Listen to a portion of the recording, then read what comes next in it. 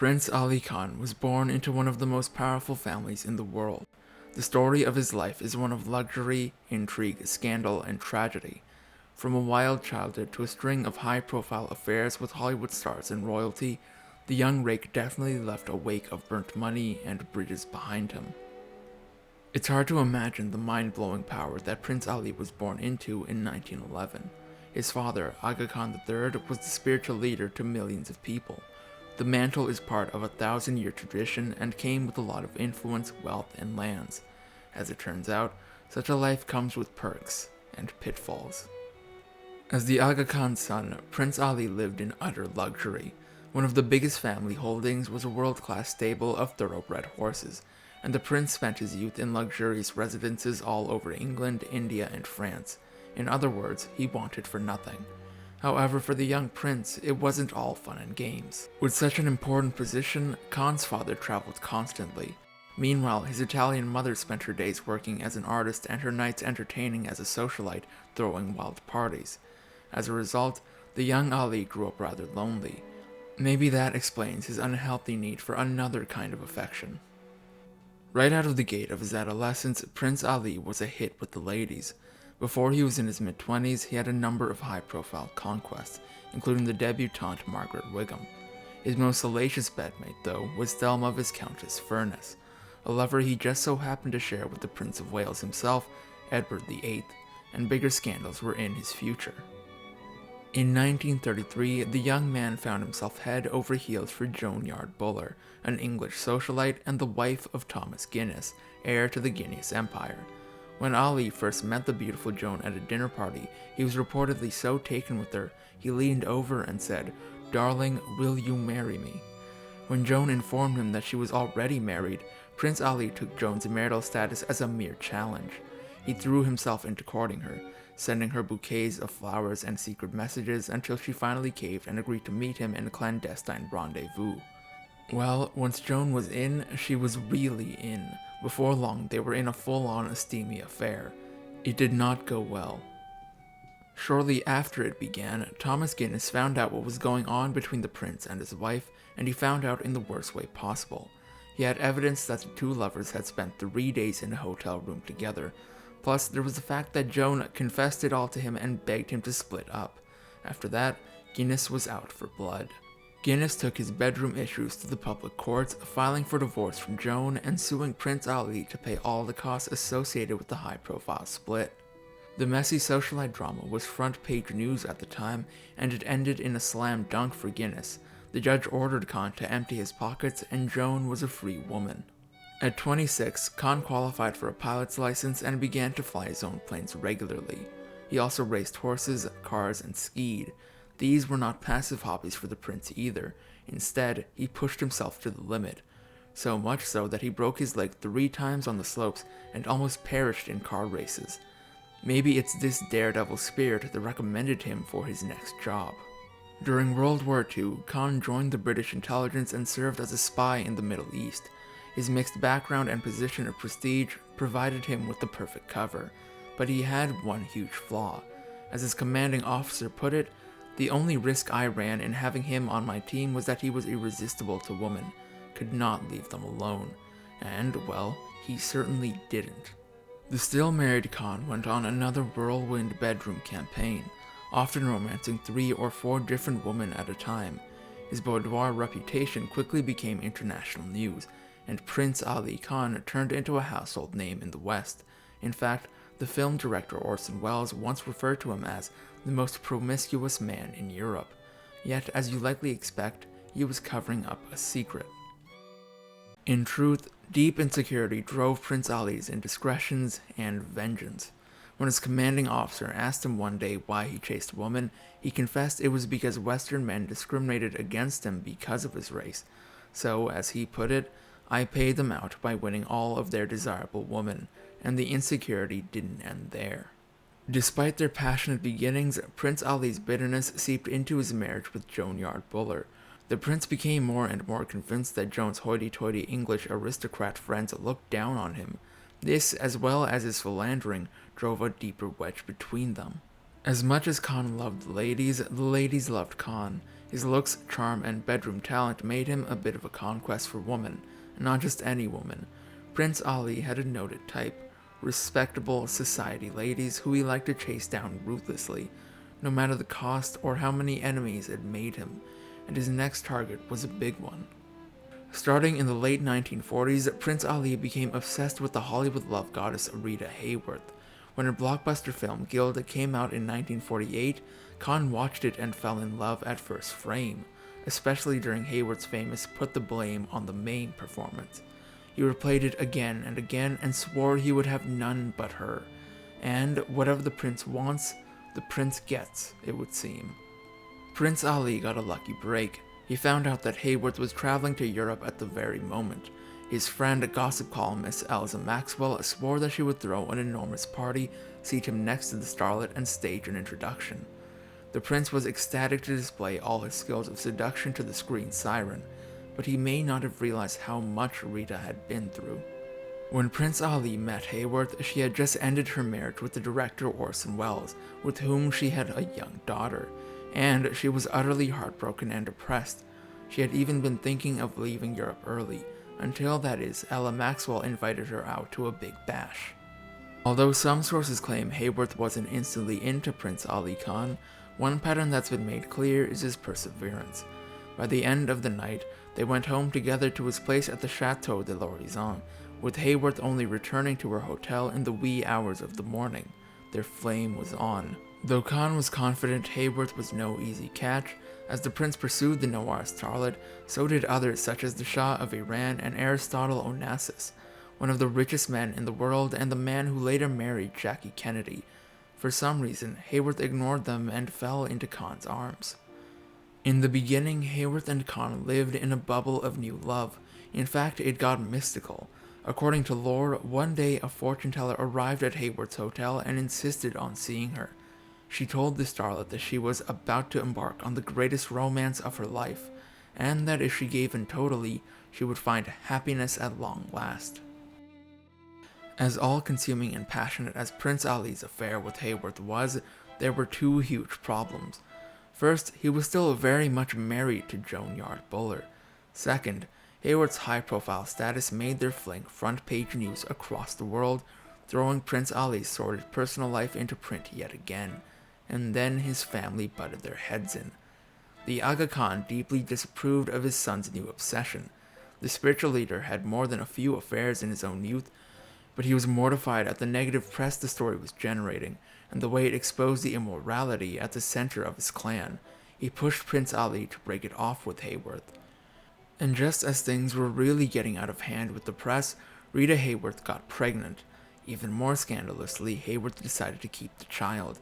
To his sort of credit, the prince stuck to her side and committed himself to the relationship, silencing all his father's doubts. Except that meant another divorce trial. Prince Ali was passionately in love with Hayworth at the time, and poor Joan Yardbuller saved the last of her dignity by trying to make a quiet exit from the whole mess. But she did get one revenge. Although she left without much of a peep to the press, Joan took the prince for a whole lot of money, securing herself a comfortable life post-Khan. The promiscuous Khan seemed completely meh about the disintegration of his first marriage. In fact, he planned his second marriage to Hayworth for just a couple of weeks after his divorce to Joan. Sound familiar? He also lavished Hayworth with gifts, including a $150,000 diamond necklace leading up to the wedding.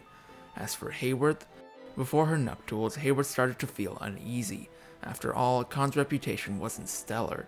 To add insult to injury, many of the prince's snobby friends looked down on her for being a mere Hollywood star, while her own friends didn't think she had a chance in heaven to turn Khan into a loyal husband. So Hayworth struck out in a desperate way. Hayworth was so uncertain about her impending royal marriage that she actually telegrammed her ex-husband, Orson Welles, begging him to come see her because of an emergency. She was so beside herself, Welles even wrote on the back of a cargo plane to get to her as quickly as possible. But when he opened the door to her hotel, he saw a desperate sight. Hayworth met Welles at her door dressed head to toe in lingerie, with candles and champagne completing the atmosphere behind her. "Here I am," Hayworth breathily told her ex, "marry me."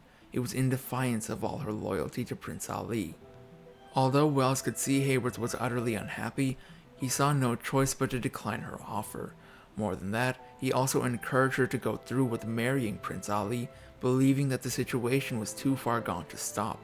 Even so, Wells later recalled that it was just the worst marriage that ever could have happened, and she knew it. Sadly, Hayworth didn't listen to her gut. There was a rot at the center of Prince Ali's relationship, but you'd never know it by his exquisite confection of a wedding. The two-day affair took place on May 27th and 28th in 1949, where guests drank hundreds and hundreds of bottles of champagne and ate pounds of caviar beside a swimming pool filled with gallons of cologne. To complete the picture, Hayworth cut her wedding cake with a glass sword, and then scores of the Aga Khan's followers kissed her feet. On December 28, 1949, Hayworth gave birth to her child with the prince, a daughter they named Yasmin. The little babe's full official title was Princess Yasmin Aga Khan. Both Hayworth and Prince Ali doted on their girl, and for a brief time, it seemed like they were going to make it. Just kidding, it didn't seem like that at all. As the years passed, the Aga Khan's hesitant approval of his son's marriage and his son soon soured. Child or not, Prince Ali continued to womanize and gamble, while the Aga Khan felt that Hayworth was only in the union for peace and entertainment, not duty or love. Eventually, the supreme ruler confronted his son and gave him an ultimatum. While Khan fulfilled his diplomatic duties, he also found time to mix business with pleasure. He spent much of his off time on the trip in the company of other women and away from his wife, so it should have been no surprise when, after one carousing evening, he returned back to their hotel to find Rita's bags packed. She left him and returned to the States immediately, but it wasn't the end of their drama. After their disastrous trip, you might expect Khan to make an effort to save his marriage. Instead, in 1951, the prince danced with another major Hollywood starlet, Joan Fontaine, in the very same club he and Hayworth had met. It was the final straw. When she found out, Hayworth officially filed for divorce under the grounds of extreme cruelty, and that cruelty kept on coming. Before his marriage with Hayworth even came to an end, Prince Ali had his sights set on yet another woman, another Hollywood star in fact, the beautiful Jean Tierney.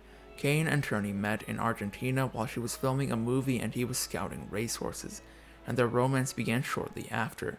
Somehow, it was his messiest dalliance yet. Tierney was desperately in love, so when she and Prince Ali got engaged in 1952, she went right out and told the press. It was a fatal mistake. As a future spiritual leader, Ali absolutely needed to get permission from his father to marry.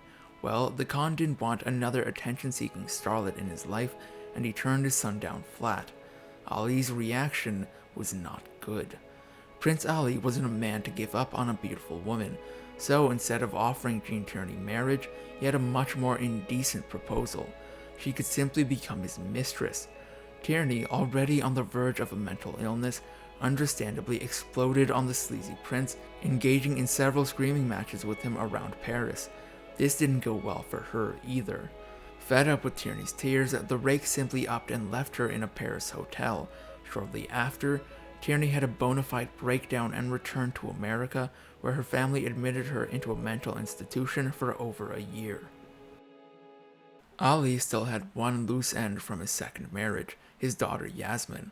Although Hayworth had custody and was currently raising Yasmin in the Catholic faith, the prince was set on making her a Muslim. In a bid to convince Hayworth to bend his demands, he offered his ex-wife a literal $1 million. Hayworth turned him down. During the fallout of her marriage to the prince, Hayworth started to develop chilling beliefs. As the Khan himself put it, Miss Hayworth somehow got it into her head that either Ali or I myself might try to take her daughter away from her. Indeed, kidnap the child. Of course, the powerful family denied Hayworth's fears as delusions, but Prince Ali's dramatic divorce from Hayworth once more became a press firestorm, and everyone was struggling to get snaps of their daughter Yasmin in particular. One day, a prying reporter crept into the house where Yasmin was staying with a caretaker, hoping to catch the heat score in a candid moment. What he discovered shocked him.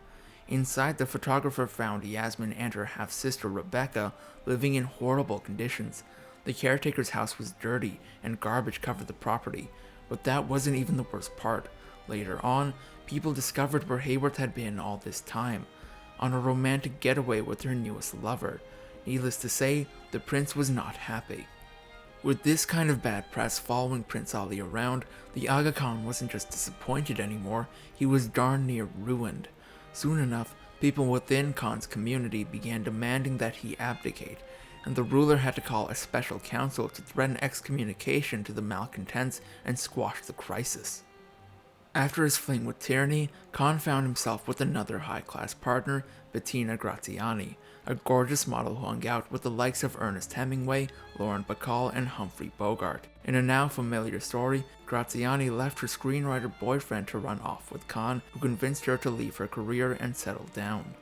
Khan had a taste for blood, even when it came to hunting. The prince decided to do things in excess. As a young man, Khan went on hunting expeditions and bagged about 20 leopards and panthers, 7 tigers and 3 lions. Of course, that simply wasn't enough for the prince either. Unlike many others, he did this all on foot. Like his father, Khan was a huge fan of horse racing. He rode from a very young age and, when he could, began to race thoroughbred horses himself. Though his second wife Rita Hayworth wasn't really into equine pursuits, she joined his club and bought a filly anyway. The horse went on to place second in the Prix de l'Arc de Triomphe, one of France's most prestigious races. According to world-class trainers, Khan was one of the best horse breeders in the world. In fact, it's likely that he could have made a career in horses alone. Champion trainer Noel Merles once said that it is probably fair to say that, with his experience of international racing, he was the best judge of collateral form in the world. Before his time as a spy, the young prince decided that he needed a little adventure in his life and joined the French Foreign Legion. The Foreign Legion is France's most infamous military unit, which accepts entrants with foreign nationalities. For most of World War II, Khan served as a legionnaire in Egypt and the Middle East. At a certain point, Khan joined the British cavalry, a fitting place given his experience on horseback. During his military career, Khan participated in the Allied invasion of German-occupied France. It seems that here he found a healthy outlet for his love of danger and daring, and he received a colorful array of medals, including the Croix de Guerre. Of course, all this sturm and drang had to reach a breaking point, and what a breaking point it was. Much to Prince Ali's dismay, his father dealt him a cruel betrayal. Before the end of his life, the Aga Khan rewrote his will. In it, he decided to pass his title down to his grandson, rather than his troublesome son, for the first time in history. And it got more embarrassing than that. The denial of Prince Ali's inheritance was a very public event. After the Aga Khan passed in 1957, aides called a press conference, complete with a lawn full of people and journalists to read out the ruler's last will and testament. So Prince Ali Khan found out about his father's colossal snub at the same time as the rest of the world. A permanent humiliation. Prodigal son that he may have been, the Aga Khan's decision still hurt Prince Ali tremendously. According to his fiancée Bettina Graziani, the prince was never quite the same after his father's announcement, and he felt the whole press circus was a public humiliation for his sins. Prince's future wasn't all bad for a bit. In 1958, soon after his father's passing, Pakistan appointed Ali as an ambassador to the United Nations. More than that, his girlfriend Bettina became his fiancée, and she was also newly pregnant. For a brief moment, it seemed that everything was looking up. In May 1960, Prince Ali was in France on United Nations business with his fiancée Bettina. As was his way, he found a little time for pleasure, and the pair were en route to a party. The prince was behind the wheel on the narrow European roads, with the chauffeur riding in the back.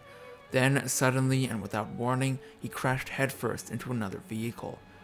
The prince sustained devastating injuries at the scene of the crash, and workers rushed him to the hospital to try and save him. It only ended in tragedy. Prince Ali Khan, the Lothario of the 20th century, lost all the vim and vigor of his life that evening, passing almost immediately upon arrival at the age of 48. Yet even then, there was one more heartache to come. By some miracle, Prince Ali's fiancée Bettina managed to survive the accident with only minor injuries. Still, this could not have helped her sorrow. Although her body was physically fine, the shock of the crash caused her to miscarry her and the prince's unborn child. It was a final, tragic closing to Ali's drama-filled life. If you enjoyed this Fact and A video, give it a thumbs up and subscribe for more incredible stories. Want to say in who we cover next? Join our membership program through the link in the description for exclusive perks. Your support means everything to us. Thanks for watching, and we'll see you in the next one.